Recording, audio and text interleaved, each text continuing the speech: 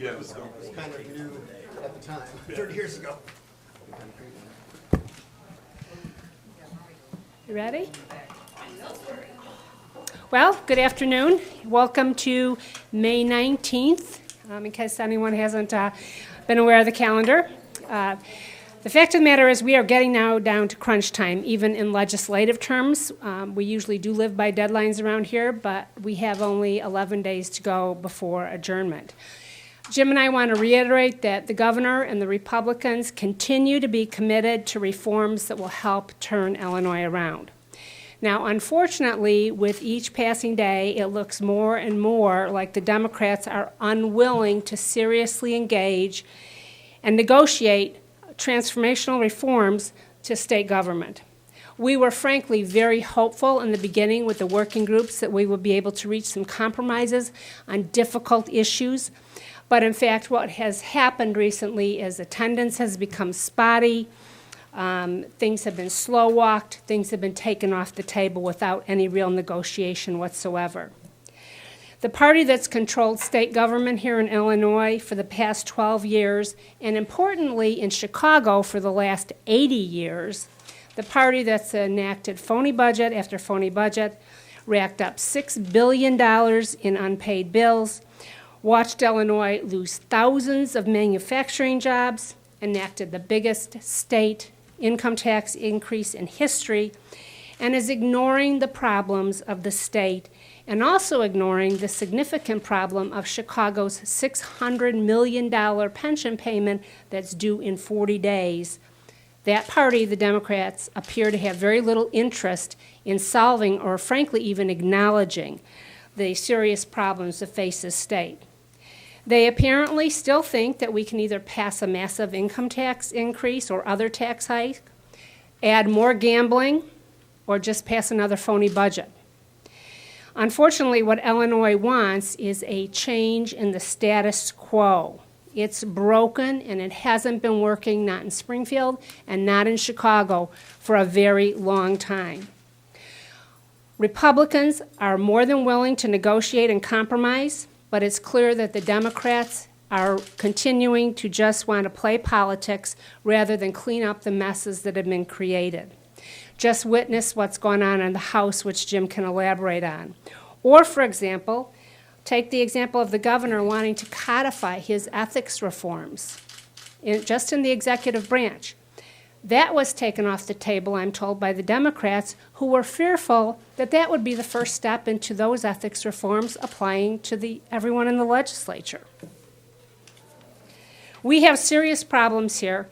We are ready to work on those, and we are inviting the Democrats to get serious and get to the table with us. We have 11 days left. We don't want to go into overtime, but thus far we haven't seen any real indication that they're willing to move. The problem they face in moving and engaging is they risk diminishing their power base. In my view, these discussions are not about policy, they're about power and maintaining power. So I'm hopeful that they realize what the serious problems are and the ramifications of not engaging will be for the state. Jim? Thanks. The governor, we have made it very clear that we, House Republicans and Senate Republicans, are willing to compromise. But that transformational reform is absolutely and positively essential. Unfortunately, the Democrats appear to be only interested in doubling down on the same failed policies of the last 12 years. They are not interested in reforms. They just want a tax hike. That's more and more what I hear on a daily basis. We need meaningful, transformational reforms that will grow our economy, add jobs, shrink waste inside government, and most importantly, begin the restoration of confidence in state government. While the Democrats may be attending the working group meetings, they are not participating in good faith. And their actions in the floor, particularly in the House, demonstrate how they feel about reforming governments. And their actions speak louder than words. Over the past few weeks, Democrats have made a mockery of the process and have been more concerned about gotcha politics than working together in a bipartisan manner to fix our problems, as we were told we were going to operate in January when we were sworn in by the Speaker. What they are doing on the House floor is a deliberate and coordinated effort to try to embarrass the governor and to put Republicans in a bad spot so they can send out negative mail pieces and robocalls into our districts, which just started just in the last day or so. None of the language in these bills were the governor's, nor were they negotiated. And they even admitted it on the floor. We think this is the governor's. It's close to, but it's not the governor's office. It hasn't been negotiated with us. The Democrats sent bills to the floor for a vote, amendments that were destined for failure. They were supposed to fail.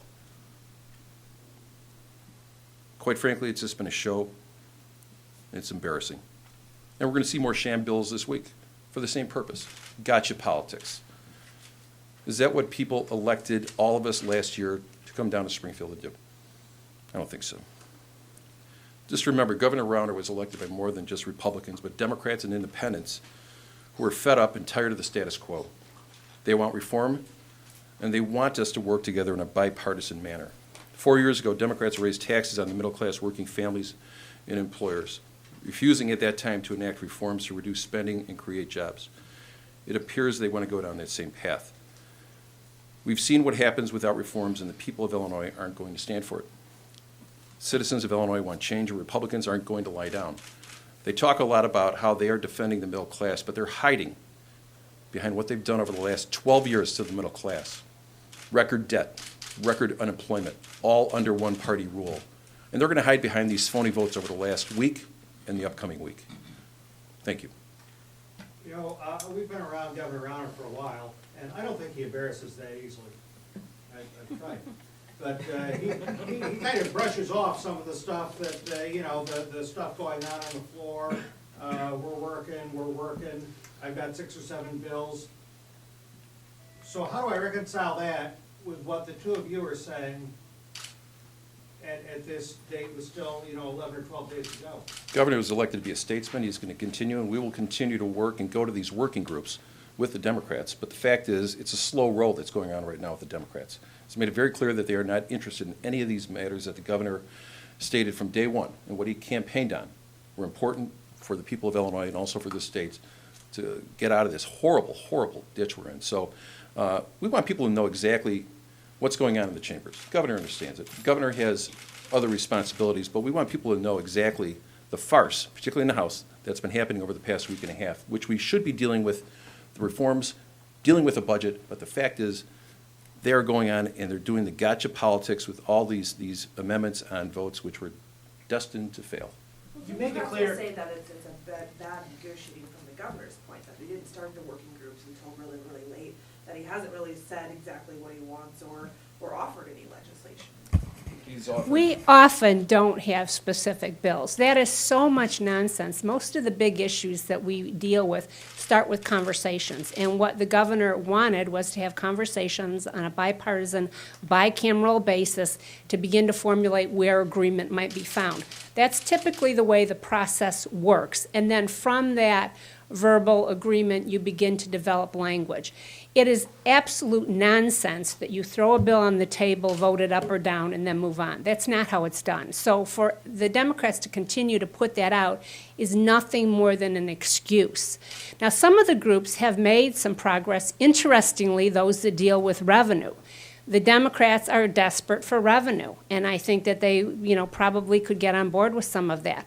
The problem is we're desperate for reform, and there's not going to be revenue before there's reform. That's going to create a huge problem for the Democrats, particularly as the city faces a $600 million pension payment that's due in 40 days. You said they start with conversations, but I think the point is, we've known the turnaround agenda since February. Why weren't these conversations and working groups happening back then so that we could see bills that aren't vehicle bills, that are bills that are passed before the end of the deadline, the third reading deadline? Why did it take so long to get those working groups started? I don't think they there's took plenty long, of time. yeah. I've seen I these mean, we move don't have down any here at bills lightning from the speed, but they've been Republicans. working for a few months now. And to say that we had to start in February, I don't think that that's really an issue. Again, it's no secret what the governor campaigned on. And what he campaigned on is what's in the turnaround agenda. And they've been meeting, but the fact is, every meeting that goes by, there's less participation, staff is pulling out.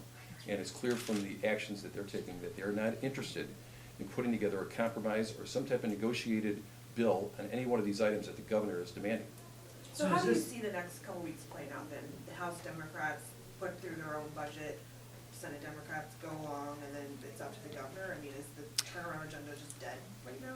We're going to continue to participate in the meetings, and to what extent they want to participate, it's up to them. If they want to continue and to stop Illinois from reforming, turning around, making it a better place, more competitive, that's fine. And they're going to hide behind these phony votes, as I said earlier, and proclaim that they're the champions of the middle class, but they've ruined the middle class over the last 12 years.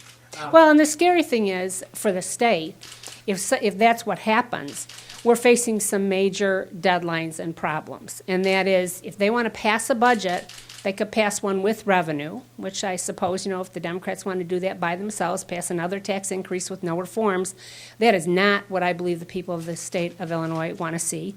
They could pass a budget without revenue and tell Governor Rauner to manage it, which he will, but remember, they're screaming pretty loudly about how he's managing the 15-year budget. And there's a situation where what is going to happen with the city of Chicago. We'd like to be partners in trying to fix that situation as well. That situation will go unaddressed, which will be a pretty major deadline in terms of changing the status quo in Chicago. I have no idea what they plan to do come June 30th if they don't get a legislative fix. Do you anticipate at this point, with 11 days left, that this will go into June? And also, just a technical note, whoever is speaking, can you make sure the mic is pointed at you, please? I mean, as I said earlier, we're willing to negotiate. Things can move quickly if there is a spirit and that they are willing to participate in meaningful discussions about reform and also the budget. We're going to keep that open. I know, as I said earlier, things can move very quickly. So we've got 11 days, but right now, the signal that I'm getting on the House floor is that it's over, that they have no desire to participate in any meaningful discussions to reform Illinois. I would say whether we go into overtime is 100% in the hands of the Democrats. Either they can get to the table and get serious about reforming, or they can choose to drive the state into overtime. Well, can the two of your Democratic counterparts in the eye and tell them what you're telling us? Mr. Speaker, Mr. President, come off it. Get real. Let's do it. I mean, you're. You heard my comments on the floor. I've made that very clear on the floor about how much of a farce this is, and I've said over and over again about that time in which the speakers congratulated Republicans and welcoming us back to, a participation in government. I made that clear when we had those first votes last week. I made my point. You have indicated that you're open to negotiation. So what's the minimal level of successes that you consider reforms that you could exchange for a possible revenue increase? Well, first of all, we're not negotiating with you. So we need to have the Democrats at the table to negotiate. But I know the governor has said publicly, as have I, as has Jim, we are open to looking at revenue, which is not typically in our wheelhouse as Republicans, but we are open to doing that. I know on the issue of workers' comp, we've indicated a willingness to look at various proposals. Democrats have said anything but the one thing that we want. That's not negotiating. But we're not going to negotiate in public. It's not you and I that are going to cut the deal. Maybe that would be easier for us to do. We need the Democrats. And unless and until they get to the table, it's not going to happen. You don't want to move away from these working groups and move to leaders meetings, and have there been enough of those?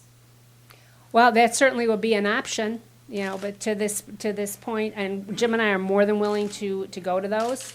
But so far, the Democrats have just breathed enough life into the working groups, like we'll get back to you on that they haven't been interested in doing that. When the working groups finish their work, can we expect to see any of those bills that the governor's going to put out come to any That's the committee goal. hearings? That's the goal, of course. The committee hearings, will they be publicly course. hashed out? Before we do this, actually, I feel like there's been a lot of talk about the money that Governor Rauner has given to all, really, of your members.